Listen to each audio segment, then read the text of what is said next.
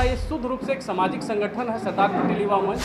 आने वाला जनरेशन निश्चित तौर पर सरदार पटेल जी के कार्यों को जाने, इसके लिए हम लोग इस बार मुहिम चला पूरे बिहार में एक जिला मुख्यालय में सरदार पटेल जी का मूर्ति लगाने का काम। तो हम लोग को प्रेरणा सरदार पटेल जी के विचारधारा से मिली। सरदार पटेल युवा मंच जो निरंतर सामाजिक कार्यों में तत्पर रहती है और विशेष तौर पर हम लोग जो अखंड भारत के निर्माता हैं लौह पुरुष सरदार वल्लभ भाई पटेल, जिनको हम लोग पूरे देश के लोग ही नहीं विदेश के लोग भी इनकी ताकत की लोग पूजा करते हैं और उनके अंदर जो ऊर्जा थी उस ऊर्जा को हमारे देश के लिए जो आज हमारे देश के पटल पे जो नक्शा है भारत का, वो 562 रियासतों को एक करके अखंड भारत का निर्माण किए थे सरदार वल्लभ भाई पटेल जी। और हम लोग उन्हीं के आदर्शों पे चलकर काम करने वाले लोग हैं। और हम लोग न तो किसी राजनीतिक मंच से हैं और ना ही किसी कोई NGO संगठन से है। हमारा ये शुद्ध रूप से एक सामाजिक संगठन है सरदार पटेल युवा मंच। और निरंतर हम लोग सरदार पटेल जी के लिए उनकी जयंती का अवसर हो या उनकी पुण्यतिथि का अवसर हो, हम लोग धूमधाम से मनाने का काम करते हैं, लोगों को जागृत करने का काम करते हैं। और आने वाला जनरेशन निश्चित तौर पर सरदार पटेल जी के कार्यों को जाने, इसके लिए हम लोग इस बार मुहिम चलाने जा रहे हैं। और हमारा मुहिम है कि पूरे बिहार में जिस मुख्यालय में सरदार पटेल जी का मूर्ति नहीं लगा हुआ है, सरदार पटेल युवा मंच प्रत्येक जिला मुख्यालय में सरदार पटेल जी का मूर्ति लगाने का काम करेगी।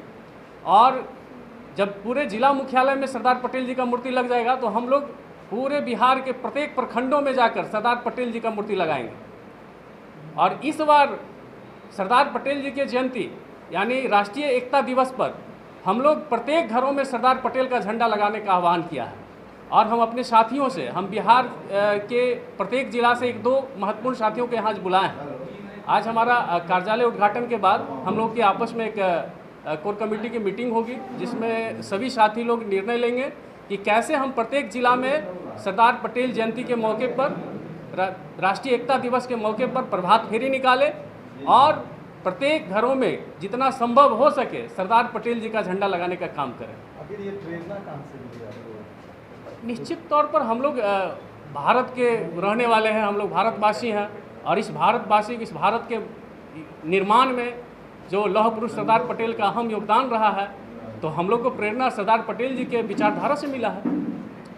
सरदार पटेल युवा मंच के तहत जो आप लोग कार्य कर रहे हैं, इसका उद्देश्य और क्या है? जैसे आपने बोला इसका प्रतिमा जो है सरदार पटेल का लगाना, उसके अलावे सामाजिक कार्य को किस तरीके से? इसके अलावे देखिए, हम तरह तरह के हम अपने सरदार पटेल युवा मंच के बैनर से काम करते हैं। ठंड के मौसम में बहुत सारे जगह हम लोग गरीब के बीच जाकर उन्हें ब्लैंकेट्स देते हैं, कंबल बांटने का काम करते हैं। और बहुत सारे गरीब ऐसे मरीज़ हैं जो मोतियाबिंद से पीड़ित रहते हैं, आँख से उनको दिख नहीं पाता है। तो प्रत्येक वर्ष लगभग 1000 लोगों को हम कैंप करवा कर अपने अस्पताल में उसको निःशुल्क आँखों का ऑपरेशन करते हैं और लगभग 1000 लोगों को हम लोग फ्री सर्जरी करने का काम करते हैं। सर, ऐसा क्या कहा जा सकता है कि आने वाले समय में ये राजनीति में भी अपना कदम रखेगी? बिल्कुल नहीं। हम लोग आज से नहीं, निरंतर हम लोग सरदार पटेल युवा मंच के बैनर के तले हम लोग सामाजिक कार्य कर रहे हैं। और हमारा 2 उद्देश्य और है। एक उद्देश्य है कि इंटरनेशनल पैलेस राजगीर में हम लोग एक सरदार पटेल धर्मशाला का निर्माण कराने जा रहे हैं। उसके लिए हम लोग जगह भी तय कर लिया है। और इस साल ही हम लोग नवंबर-दिसंबर में सरदार पटेल जी के नाम से एक अच्छा सा धर्मशाला का निर्माण कराएंगे, जिसमें गरीब बच्चियों के शादी के लिए हम लोग निःशुल्क व्यवस्था करेंगे, जिसमें किसी तरह का कोई चैरिटेबल कोई या और भी कोई चार्ज ना लगे। जो भी गरीब परिवार के लोग हैं अपने बेटी का शादी अगर करना चाहेंगे तो सरदार पटेल धर्मशाला जो राजगीर में होगा, बिल्कुल उसमें निःशुल्क व्यवस्था होगी उनके बच्चे के शादी के लिए। और दूसरा है कि हम लोग का दूसरा एक है कि प्रत्येक जिला में जब सरदार पटेल जी का मूर्ति लग जाएगा, उसके बाद हम लोग प्रत्येक जिला में सरदार पटेल छात्रावास का निर्माण कराने के लिए हम लोग दृढ़ संकल्पित हैं। और निश्चित तौर पर इस साल ही 2-3 जिला में सरदार पटेल के नाम पर छात्रावास का निर्माण शुरू कराएंगे हम लोग। उसमें शेखपुरा है, नवादा है और नालंदा के लिए हम लोग प्रयास करेंगे।